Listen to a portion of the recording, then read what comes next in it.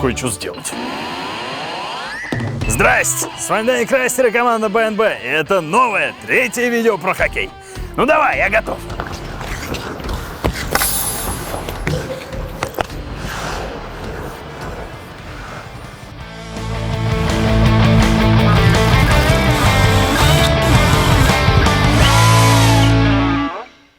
Ну, теперь после клюшек с коньками совсем не трудно догадаться, о чем будет видос. Шайбу! Шайбу! Шайбу! Про шайбы, но про какие? Про квадратные, восьмигранные и деревянные слыхали? Они есть, и мы их затестили. А еще умные шайбы, которые знают об игроках больше твоего батька-фаната. Так что приготовьте что-нибудь под видео, например, свой большой палец за наше старание. В выпуске про клюшку упоминали, что в подобии хоккея наши предки играли на траве, деревянным мячом вместо шайбы, а может и камнями. Так утверждают некоторые источники тех жестоких лет. Возможно, именно им пару раз прилетал булыжник, когда они проходили мимо первых хоккейных коробок.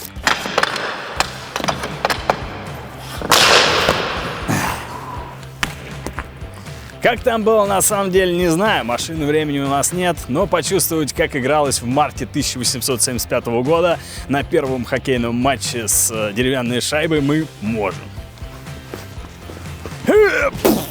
И для этого мы как раз прибыли на ледяную арену. Где же еще тестить шайбы, кроме как не здесь?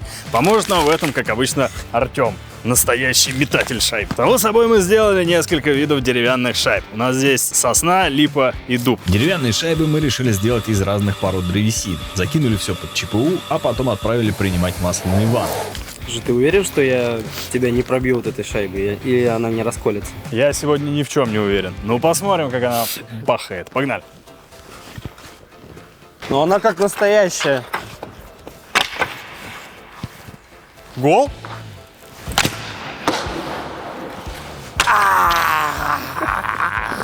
Руки обожгло. Ну, конечно, в перчатках.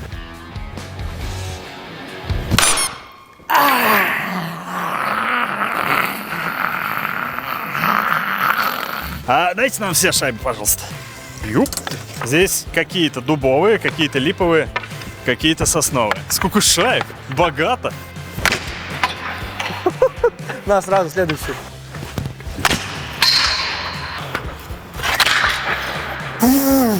Чё?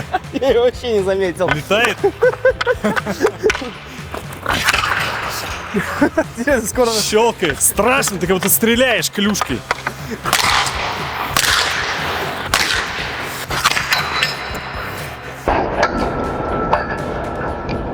Во, зацени, откололась одна. Это как раз таки от штанги, по-моему, нет? Да. И типа, прикинь, вот такой вот щипок может в глаз прилететь на такой скорости, как ты бьешь. И это даже через вратарскую защиту. Соответственно, понятно, почему от них отказались. Че, как тебе в целом деревянные шайбы? Слушай, я прям как ребенок в детстве с игрушкой поигрался. Что-то новенькое? Да, что-то новенькое. Ну, я не знаю, вы офигенно их сделали. Они прям, так же ведут себя при броске. Интересно, в том, сколько они продержатся, то есть в игре в настоящей. Мне кажется, не больше 10 секунд. Но у нас еще интереснее штуки есть. Погнали. Давай. Кстати, первая резиновая шайба вроде была квадратной, ей даже памятник установили. Даня, а почему вроде? У нас тут серьезная и точная научпанк-передача. Да потому что даже про шайбу есть околоконспирологическая теория. Типа вот эта штука — памятник шайбе. Квадрат ли это? Ну если это для вас круг, тогда конечно. Собственно, потому памятник официально и не признали. Одни говорят, что первые шайбы были восьмигранные, а вторые душнят, что у квадрата углы закруглены, поэтому это не квадрат. Ну ёптать, может, архитектор вдохновлялся иконками Apple. И как подобает настоящим крафтерам, мы ее что? Правильно, изготовим.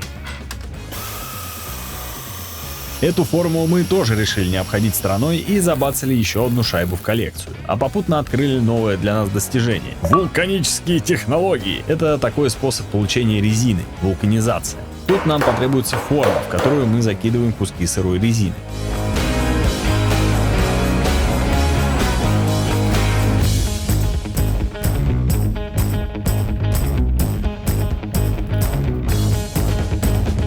Затем нужно создать в форме давление. Тут все зависит от формы и самого изделия. Способов может быть много. Мы же воспользовались струбцинами и кинули всю эту кашу запекаться в печи.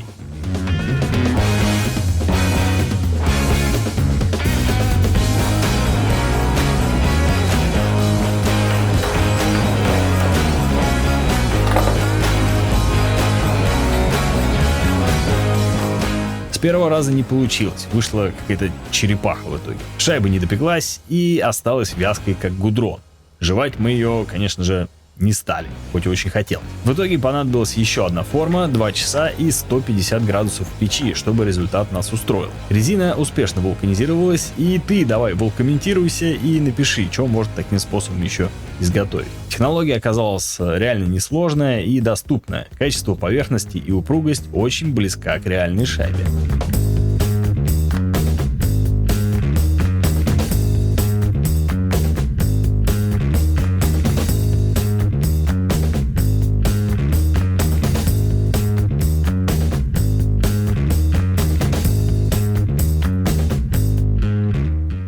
А чтобы в форме не пропадать, решили сделать еще одну безумную шайбу. Внутрь засыпали свинцовой дроби и заварили крышку. Получилось что-то наподобие безинерционного молотка. Интересно будет посмотреть на поведение такой шайбы, если клюшка вообще выдержит.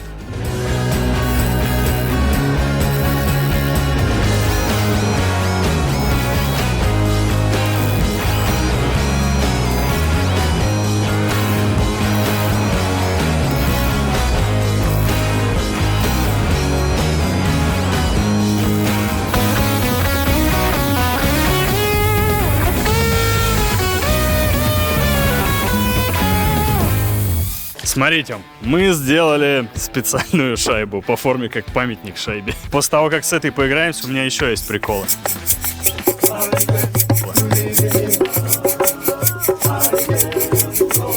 А что с ней? Она просто нестандартная какая-то. Как и мы все здесь. Специальная, я бы сказал. А что-то не запрыгивает? Неудобно? Ну, вообще... А, не, вот. О, Опа! да ну тебя нафиг.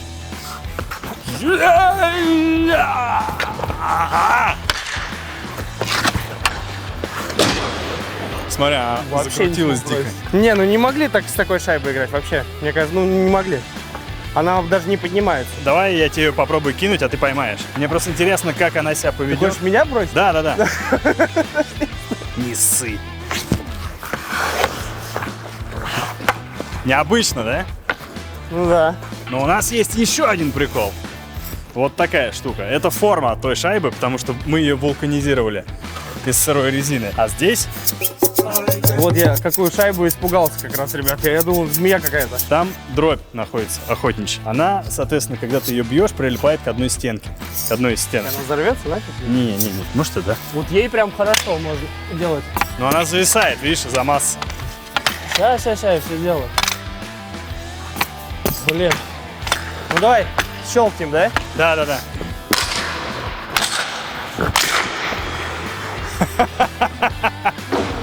Ребят, мне кажется, ну, понятно все. Шайба прекрасная, играть ими больше Помнишь, не будем. говорил с первого раза? Будем второй раз тестить. Не, это оставь, это последний. Что скажешь про железную? Ну, мне больше она понравилась, чем предыдущая шайба. Ага. Ее можно хоть было зацепить, почувствовать, но она тяжеленная вообще. А есть какое-то отличие, типа, как она себя на льду ведет? А я не почувствовал, взломал ее. Может, со второй попытки получится, но не будем рисковать. А такую видел? Восьмиугольная, красная. Мягкая, кстати. Мне кажется, под цвет даже, да? Ну. Палево какое.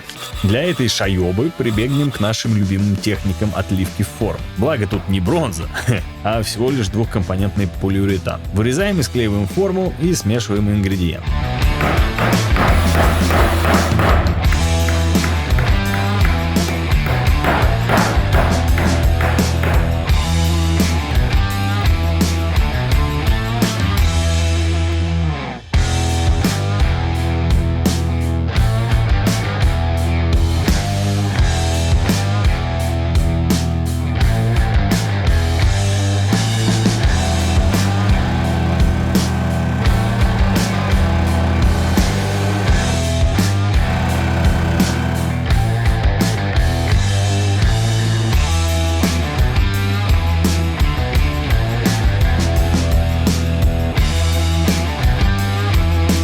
А получившегося красного венома вакуумируем несколько раз. Эта шайба будет несколько мягче, чем обычная резиновая, но это нам только на руку. Чем больше вариативности изделий, тем интереснее будет на тестах.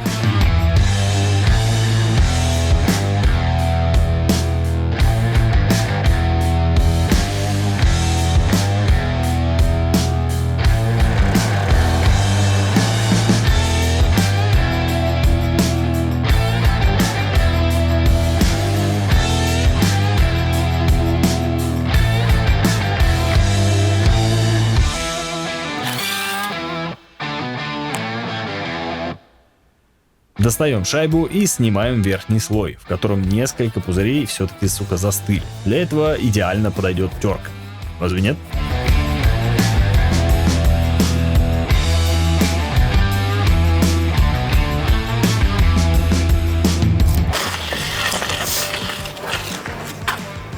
И вот.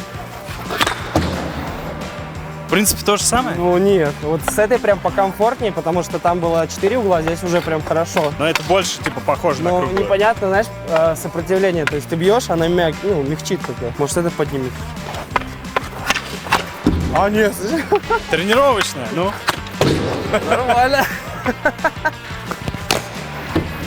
Блин, ну она прикольная, она как будто безопасная, кажется. Ой!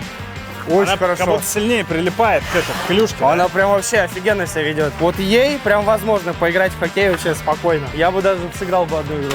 Надо взять тайм-аут, поэтому продолжим травить истории. Забавный факт. Такая форма или фигура называется свиркл. Возвращаясь к памятнику, возможно, так вам будет понятнее, почему некоторые так и не признали его существование. Но кто точно существовал, это Уильям Фредерик Робертсон. Именно его считают изобретателем первой резиновой шайбы аж в 1879 году. Он хотел поиграть в хоккей со своими товарищами, но не нашел деревянной шайбы и обрезал резиновый мячик. Вот так, детишки. Одно маленькое обрезание изменило историю хоккея навсегда. Профессиональные хоккеисты сегодня используют специальные шайбы самых разных видов. Кроме классической черной, есть облегченная синяя, утяжеленная оранжевая и белая. Погоди, а на кой хоккей нужна белая шайба на белом льду? Ее же не разглядеть. Именно в этом ее преимущество. Ну или недостаток. Короче, такими шайбами тренируют реакцию вратарей, и мы это проверим. КХЛ и вовсе скрафтили ноу-хау в духе времени. Умную шайбу. Но что это такое, я расскажу попозже. Ну что, Тём, эту шайбу мы тебе дарим. Заценишь ее на какой-нибудь игре, пацанов повеселишь. А вот это тренировочная шайба, насколько мы вычислили для тренировки реакции. Ну, вратари Да, тренируют реакцию с белыми шайбами. белые шайбы. Прям тренируют, да. Мы сделали одну такую. Это что такое? Это полиамид. Специальный пластик, который, кстати, очень скользкий. Посмотри, как она себя будет вести. Ого! Скользкая Прям, очень. Вообще прям. Ну, я скажу, как настоящая шайба. Абсолютно. Для создания такой невидимой шайбы мы нарезали батон полиамида и токарнули ломоть под стандартные габариты настоящей шайбы.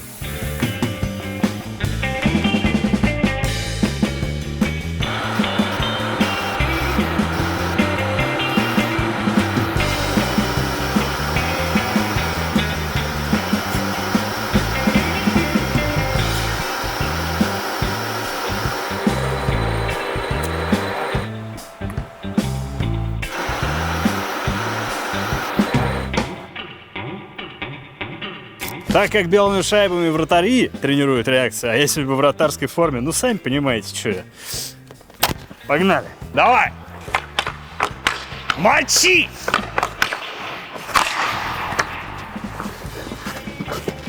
Ты его увидел хоть? Нет. Вообще нет. Вот Давай еще раз. Представь, как вратарю тяжело белые Жопа. шайбы ловить.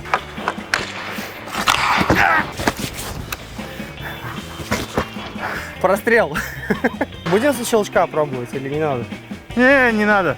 Ладно. Мне кажется, и так все понятно. Что, к другой шайбе? Да? Давайте другую. Докатишь меня? А главным нашим сегодняшним творением стала попытка объединить несколько шайб в одной, сделав ее модульной. Кто-то уже патентовал и статичный смещенный центр тяжести, и динамичный центр, но наша разработка куда интереснее. Наша идея складывается из конструкций легких и тяжелых шайб и позволяет неравномерно расставлять грузы в изделии. Игрок может самостоятельно как облегчать, так и утяжелять эту шайбу, а еще смещать центр тяжести, делая поведение этой шайбы просто непредсказуемым. От слова совсем. Собственно, сейчас мы все покажем и расскажем, как оно там чего. За основу нашей идеи взяли обычную резиновую шайбу. Первым делом протачиваем углубление для силиконового кольца, которое не будет давать грузам разлететься в разные стороны при ударе. А под грузы сверлим 4 отверстия и забиваем туда алюминиевые трубки, куда потом будут сувонькать грузы.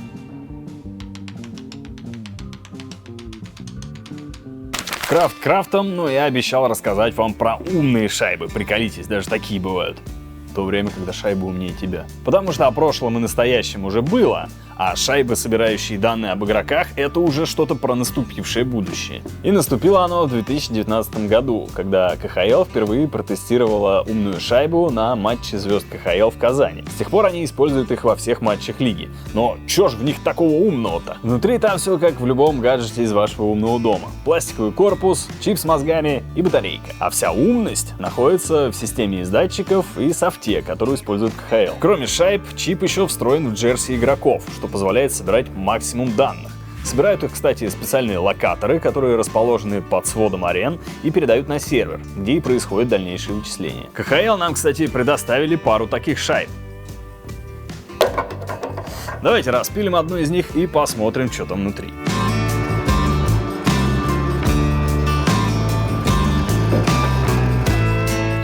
Слушай, а в смысле, а где? А мы ту шайбу распилили? Короче, они настолько похожи, что мы распилили пустую шайбу. Они вообще ничем не отличаются. Но вот это с чипом. Давайте ее распилим.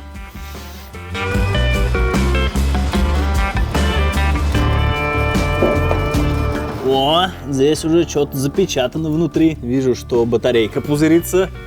Внезапно. Давайте поближе посмотрим. Ну, что мы можем тут наблюдать? Собственно, непосредственно какой-то полимер твердый, тип смолы, батарейка вот, которая перестала пузыриться, сама плата, еще какая-то штука непонятная. Давайте ее расковыряем еще. И как бы ее так расковырять, чтобы максимум полезного показать, ты тайны не раскрыть. Фишка-то секретная на самом деле. За эту разработку премию, наверное, кто-то получил. Ну давайте. Ну, что мы можем здесь заметить? Вот это само тело шайбы. Это какая-то резина, более резиновая, в смысле более мягкая. Дальше у нас идет прослойка демпфера, непосредственно сама смола, где находится все вот это вот устройство, батарейка и плата. Ну, собственно, в каком-то таком виде можем это показать, дальше подробности раскрывать, к сожалению, не можем. Ну, вот здесь находится чип, всякая там развязка по плате, т.д. какие-то непонятные компоненты, датчики. И на этом все. Вижу некоторое различие вот в этих вот двух частях, двух половинках. Отличается оно вот в этом кружочке. По первым шкрябаниям это свинец. Скорее всего, он здесь находится для того, чтобы правильно все это сбалансировать. Ну-ка, насколько он большой. Маленькая свинцовая дробинка, оказывается. Текс. Ну, достанем ради приличия вторую часть. Вот так это все выглядит, если соединить две половинки. Соответственно, вижу, что эпоксидную смолу отливали в 3D-печатную форму по вот этим вот рискам. И мне кажется, что вот эти вот два датчика — это либо датчики удара, либо какие-то акселерометры. По сути, это некоторый вид акселерометра, который использовали еще разрушители мифов в их всяких экспериментах и тестах, чтобы понять ускорение, скорость и силу удара, в конце концов. Благодаря умной шайбе и анализу данных, тренер и зрители могут практически в реальном времени отслеживать... Ох, сейчас скажу, там прям куча всего. Пройденное расстояние и общее время на льду. Тепловую карту движения игрока и карту бросков. Максимальную и среднюю скорость игроков, а также ускорение и торможение хоккеиста из десяток других параметров. Пока такие шайбы стоят в 3-4 раза дороже обычных, и плюс сопутствующее оборудование там, в виде локаторов используется только на больших матчах. Хотя мне кажется, что инфа вот с этой штуки была бы гораздо полезнее именно во время тренировок. А теперь давайте заценим, какие мы еще приколы про шайбы нарыли. Продолжаем историческую справку. Ну а поскольку историю шайбы я уже рассказал, есть несколько приколюх, не привязанных к хронологии, но заслуживающие вашего внимания. Интересные факты, так сказать. Например, тот самый клич «шайбу-шайбу» придумали около 50 лет назад. В то время спортсмены часто меняли спорт в течение года. Зимой хоккей, а летом футбол. По легенде, болельщик заметил на футбольном поле знаменитого хоккеиста Бориса Майорова и крикнул «Борис, шайбу!». Клич пришелся по нраву поклонникам игры и стал постоянным атрибутом хоккейных матчей в России.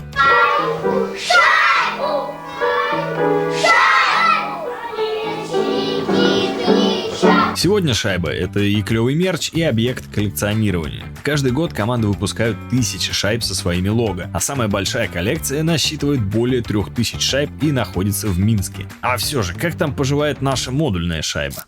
Из материалов для грузов взяли алюминий, сталь и свинец. Они примерно на одном расстоянии друг от друга в таблице плотности материалов. Если с алюминием и сталью все понятно, то вот со свинцом чуть интереснее. Мы, конечно, очень хотели разобрать аккумулятор от соседской буханки, но поскольку у нас осталась старая свинцовая дробь, то аккум решили пока не трогать, а просто расплавить и залить дробь, с вашего позволения.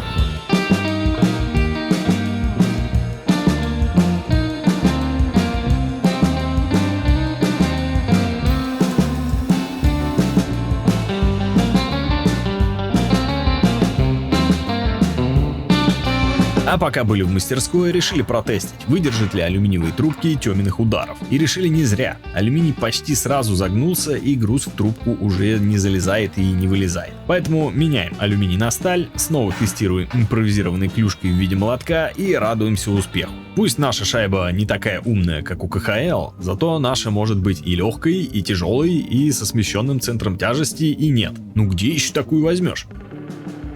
А вот тебе еще факт, который мы узнали на съемках видео с электромагнитной клюшкой и железной шайбой. Посмотрите, если пропустили. Оказывается, современные шайбы специально замораживают перед играми, чтобы они меньше прыгали по льду. Ну и раз так нативненько зашли, то давайте и про каток расскажу, чего уж там. Вообще инфы там на 2 отдельных выпуска наберется. А мы замерзли уже, снимать. Поэтому пройдемся по верхам, зато без воды. Она понадобится, чтобы лед залить.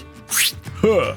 В среднем залить каток с нуля 5-7 дней и зависит от температуры на улице. Чем жарче, тем дольше. Идеальная толщина льда 4 см, а принцип заливки капец как напоминает заливку теплого пола. Воду используют очищенную, практически дистиллированную. Это отражается на цвете и прозрачности искусственного льда. Сотрудники заливают из шланга 1,5-2 см воды и ждут, пока застынет первый слой. Затем ледовый комбайн, он же ресурфейсер, наращивает еще несколько слоев. Управляет ресурфейсером или ледозакаточным комбайном по-русски человек, как видите. Вообще эти штуки электрические, но конкретно вот этот работает на пропане. Сейчас он развернется, вы увидите красные баллоны. Человек сидит сбоку, и представьте, как вообще сложно управлять такими габаритами, чтобы чувствовать каждый уголок. Клево, конечно. Тоже так хочу. Ну а на финалочку скрафтим еще одну шайбу со смещенным центром тяжести, но в этот раз по хардкору. Снова отливаем свинцовый груз в виде сектора окружности и надежно закрепляем его в шайбе.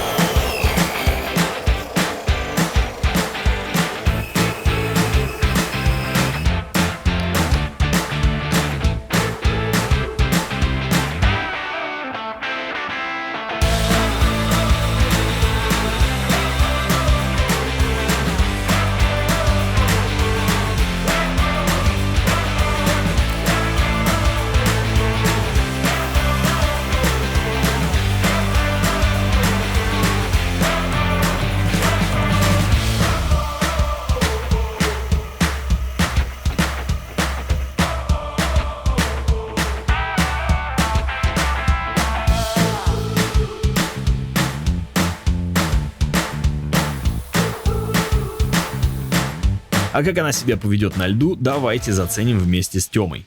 Но самое интересное, на мой взгляд, это вот эти шайбы. Это венец нашего творения. Вот это прям настоящая шайба. Да, они обе настоящие, но они с Что-то приколом. не так. Что-то в ней виднеется свинец. Что-то железное. И зацени еще вторую. Это типа с изменяемым центром тяжести. То есть мы можем сейчас грузик один, вот этот, например, вытащить, свинцовый.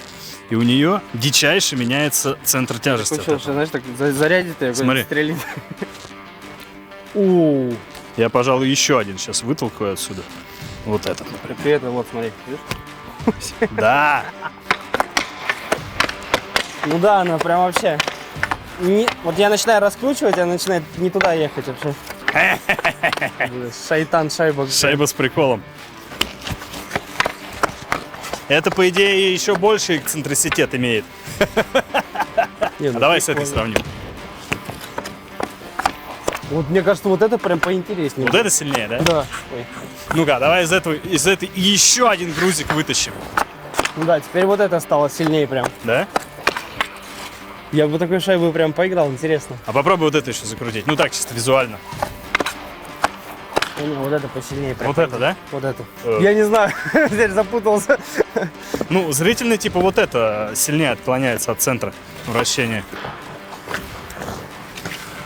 Ну визуально вообще прям офигенно летит. А оцени, насколько она удобно прилетает в крюк. Давай. То есть, насколько удобно ее ловить. Вообще спокойно. То же самое? Вообще. Просто зрение, знаешь, как бы ломается. Ага. Ну что, надо, мне кажется, уже пробовать бросать. Мне интересно. На длинную? Ага. Давай.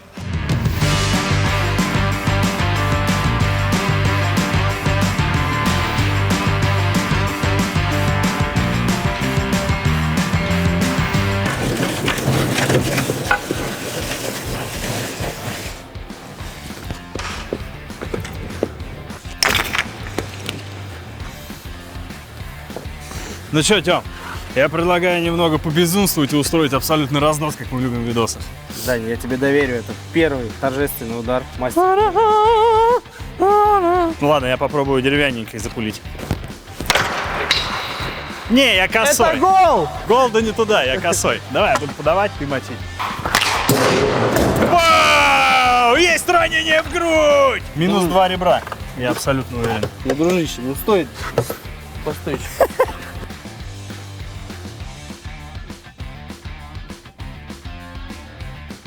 Ну попробовали мы беленькой шайбой. Дальше продолжим с необычных шайб для меня. Давай, Вот с легеньких вот этих. для всех.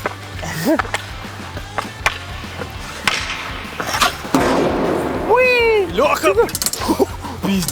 Чуть было не было, она прям сверху летела. так я видел. Какой ты видел? Ты ничего не видел. Она просто такая же, только восьмиугольная. Четырехугольная. Давай. Железная четырехугольная. Ой, блин. Какая боль! Так, ну что, последняя самая нестандартная шайба. По крайней мере для меня. Это камень.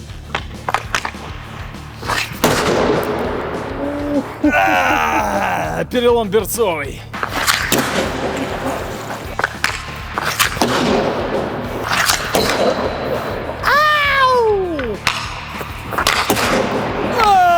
Минус, что там находится? Селезенка пусть будет. Братан, держись. Да тут как бы это, ограждение даже держитесь. Так, берем из сосны шайбочку. Давай попробуем серию ударов. Давай. Дорогой дневник, мне не подобрать слов, чтобы описать боль и унижение, которые я испытал сегодня. Фак. У нас, получается, остались черные шайбы. Да.